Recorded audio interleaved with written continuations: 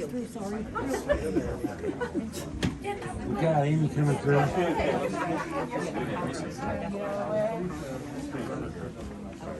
So we're actually going to Do you want him by the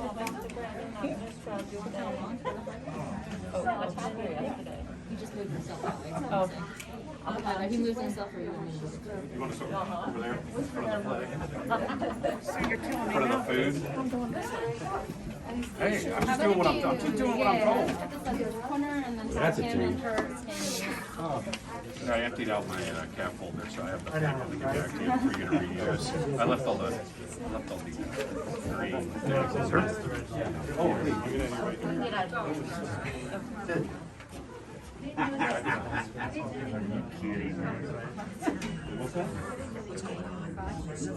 Oh, we were feeling to hold this tea together. Other things that you can't hear together, but you guys can chuckle together. He is kind of a doctor. She's at some command right now. Oh, that's Nady? Okay. Good afternoon, everybody. We are here to celebrate Colonel Thomas Rawlings retirement. We want to thank you for 25 years of service. We'll have you stand right here. We'll have Colonel Ruth come up to the front and give some words of inspiration. Words of inspiration and wisdom, my friend. This is your chance to get back now, This is sir. my chance. Now begins the airing of grievances. I want to tell you, we've all gotten to work with Colonel Rawlings over the last couple of years, and what a phenomenal leader.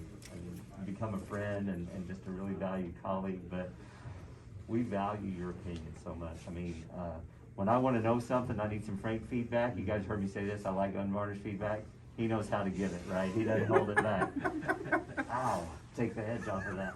But no, your leadership, yeah, exactly. Your leadership has been instrumental, really, to the success of this organization over the last 2 years, leading through COVID, finding innovative ways to help us to succeed. And a lot of our successes have been because of you and your collaboration with this team. And we really needed somebody to step up to be the chief nursing officer. Oh, by the way, could you be the chief nursing officer, retaining those responsibilities in DOAS as well, and serving as the chief nursing officer is just incredible. And once again, when I was in that commander role, depending on you for that advice and subject matter expertise, absolutely invaluable. So thank you.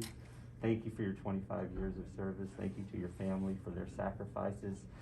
But it's been a pleasure to work with you. We'll miss you here, but I know you're going on to great things, so thank you. Well, sir, thank you very much.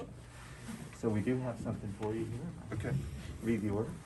For exceptionally meritorious service while serving in various positions of great responsibility during the period of 1 October 2011 to 30 September 2021, culminating as Senior Nursing Executive, Madigan Army Medical Center, Tacoma, Washington.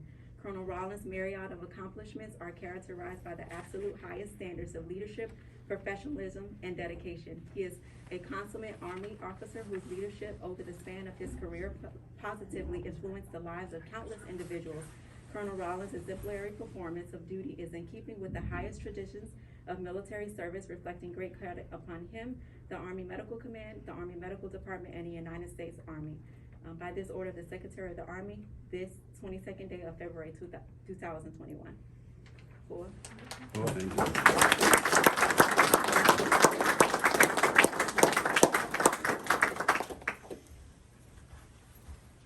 All right.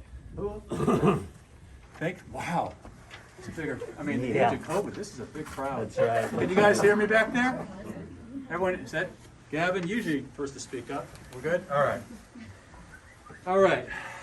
Colonel Thomas Oliver Rawlings. Today marks a bittersweet departure of an Army family member who served his country with honor and distinction for over 25 years.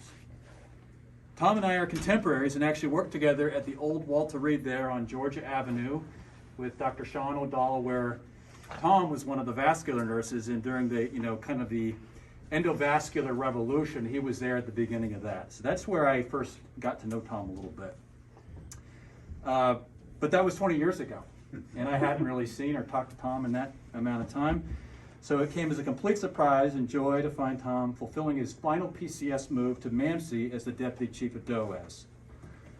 And while we were getting reacquainted during his in-processing of MAMC, he filled me in on what he'd been doing all those years since our Walter Reed days.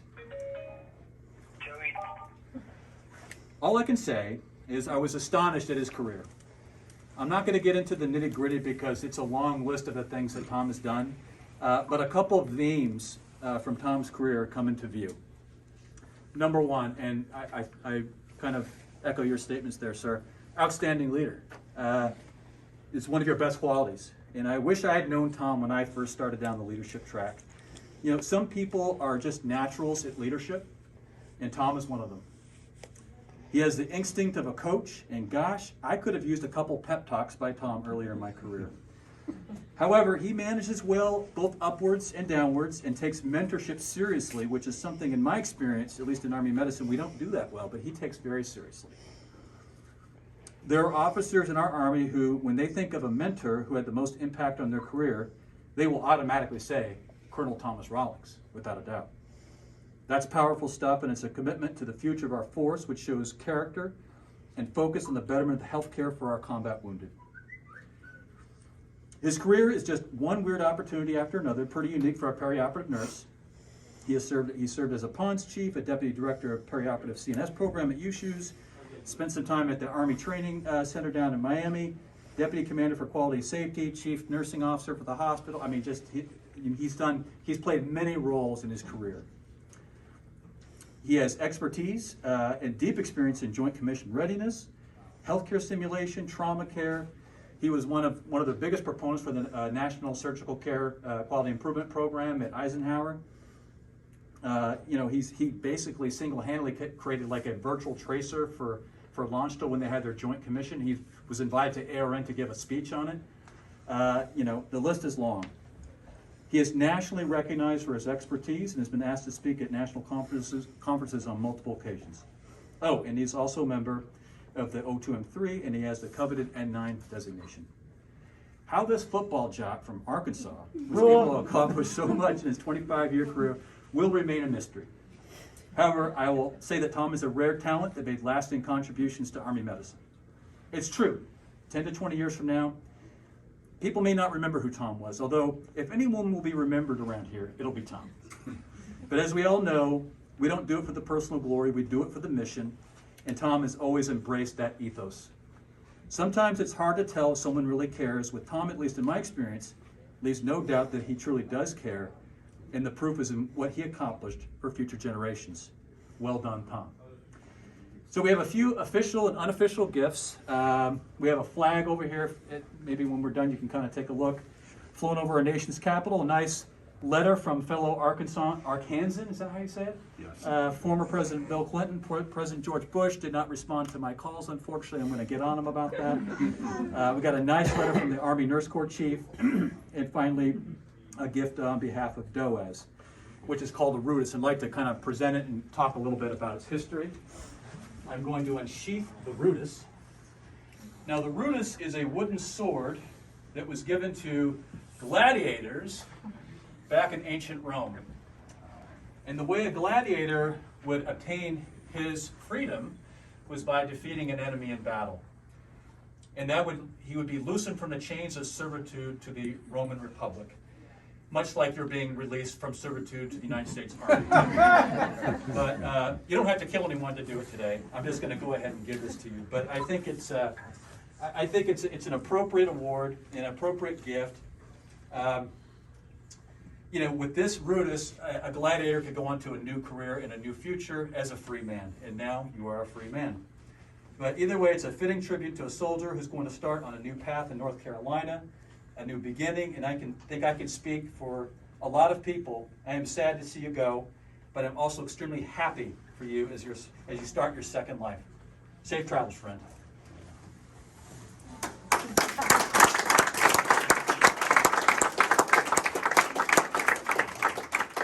Thank you so much.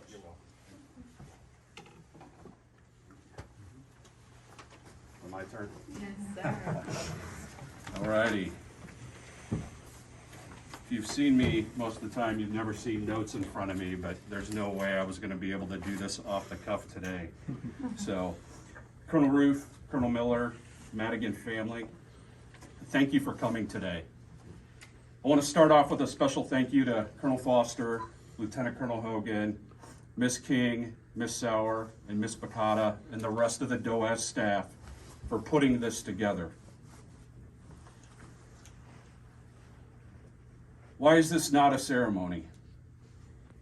Ceremonies involve tradition. Tradition does not mean the same without the right people present. Over the last 13 months, I've lost my grandfather, my mother, and my recent brother-in-law. So thank you for allowing me to go out in a less informal fashion. No one gets to a milestone like this without a lot of support and patience from others. I want to spend a few moments recognizing those that were my cheerleaders along the way. First and foremost, the Lord, who is my rock, my fortress, and my Savior, in whom I find protection, and through him all things are possible. My family, born of two hardworking teachers and coaches who taught me the importance of hard work and teamwork throughout my life. Also having three loving siblings through the course of my life that pushed me, teased me, harassed me, but were always there for me. Of course, the most important person in my family, my wife, who is the real reason why I'm here. Before I continue, I wanted to go ahead. These are for you.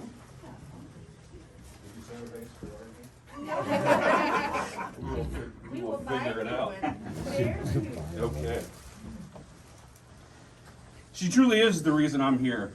At that time, Colonel Foster was talking about when I was at Walter Reed and I was involved with the pioneer start of endovascular technology and surgery. I was actually offered a job. My time was up. My initial commitment was done. And I was offered a fabulous job to work full-time with the vascular guys. And it was a tough decision for me. I spent several nights talking it over with my wife, and she kept going, no, come on, let's stick this out. You know, there's so much opportunity that the Army can provide you. There's so many things we can do. We can go travel. And I really struggled with that decision. But I obviously made the right one, and she is to thank, or for some of you, to blame. My two boys, who I'm so proud of the young man that they've become throughout their life. My fur baby, Lolly, I almost brought her today, but I didn't want to violate anything. But she truly has been a therapy dog over the last 10 years in a lot of ways. My in-laws, who have loved me as their son, and then my friends, so many I could name that I can't name here today, but that have been great influences throughout my career. Watch out. There you go. Okay. Another group, especially through my career, that's probably the most important are the NCOs. They truly are the backbone and kept me out of trouble more times than I care to remember. The best compliment I ever received throughout my career was when I was asked, "Are you prior service?" And there's a reason for that, because when you talk of NCOs, they are the excellence, they are the standard bearers, and they are the ones that ensure mission completion. You heard Colonel Foster talk about mentorship earlier, and I couldn't have got to this point without so many great mentors in my life. As you start this career, you need someone to look up to, someone to ask questions, and someone to give you the honest feedback. Maybe sometimes it's a little too honest, but that's exactly what you need. One of the pictures I brought in today is, no, I wasn't actually in the Marine Corps, but it was the first military uniform I put on back in 1988 as part of a Marine Corps Junior ROTC program where I went to high school.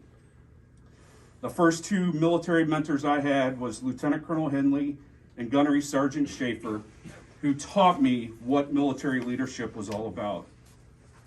Through my career, I had so many great people. Kathleen O'Leary, Peter Ratowski, Keith Essen, Tom Winthrop, Linda Wanzer, George Nussbaum, Jim Frizzy, Michelle Monroe, Lou Stout, Tim Hudson, Andrew Baxter, Andrew Foster, and where did he go hide, or did he leave already? And of course, our DCO, Scotty Roof, who promised me when he found out I was going to retire, when he mentioned about taking over as the chief nurse, he promised me that he was going to work me until the day I left. Needless to say, he kept his promise. And finally, y'all, the Madigan family. I was meant to be here at this time, in the best department, in the best MTF, in the military healthcare system. I was back here with one of my great Army friends, Colonel Mark Fry, back in 1995. It's funny, those woods still smell the same. So my wife and I are camped over in our RV over in American Lake right now. And Mark and I were here together doing ROTC Advanced Cap back in 1995. I graduated the perioperative nursing course here back in 1998, and I brought the program with. There's some interesting names in there if you're curious. But this is where I was meant to be, and this is where I was meant to end my career. When I first joined and got to fill out my dream sheet of where I wanted to go first, I put Madigan as number 1. They sent me to my number 2, which was my first hardship tour at Tripler. But I've gotten the opportunity to work with so many great people. This team here is phenomenal, and the things that we've achieved over the last couple of years with all the obstacles thrown at us, I don't think you guys truly appreciate what that means and what that looks like. If what had happened here at most hospitals on the outside, it would have crushed them. And some of those hospitals are being crushed right now. But we took it because we came together as a team, of course with help from the region and other people, in order to get the job done, most importantly, to take care of our patients. So finally, there's a few things that I would like to pass on. First and foremost, humility. You might see a picture of me up here in a West Point uniform. Needless to say, I didn't graduate from there, and that's a story for another time. But there were so many times I had to swallow my pride. But the thing is you have to learn from it, move on. 1, not to make the same mistake again, but 2, how do you grow from it? The second thing I would like to leave you is be consistent. My all-time favorite athlete, all-star pitcher Greg Maddux. For those of you who don't follow baseball or don't know who he was a guy during the steroid era who never had a commanding fastball, never threw hardly in the 90s. Because his idea was he wasn't going to strike you out. His idea was he was going to pitch the ball and make you hit it where he wanted you to hit it. He once said, consistency is something you can always improve on.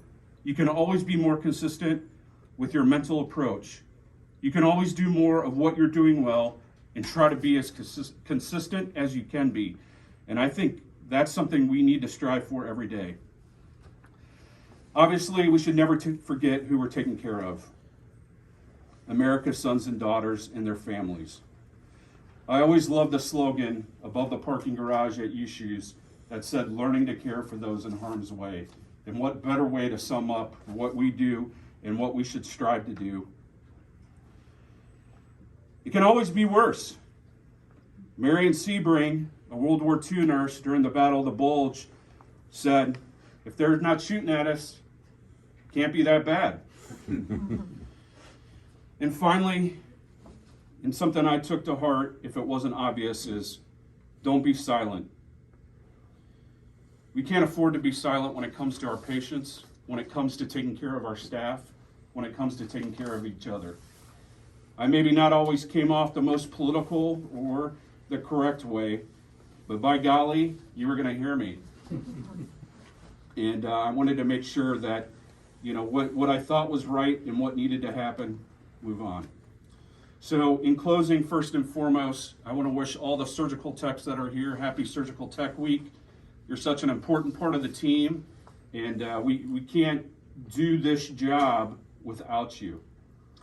So in final thoughts are, you know, since I haven't been at the safety huddle in a long time, I just want to say DOAS is at continued risk for doing great things and taking care of our patients.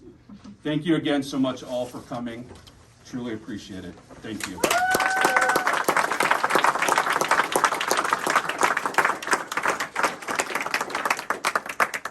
If you all can bear with me just a little bit longer, we're not gonna play the whole video, but we just wanna do just a little snippet of what our staff put together for Colonel Rawlings, please.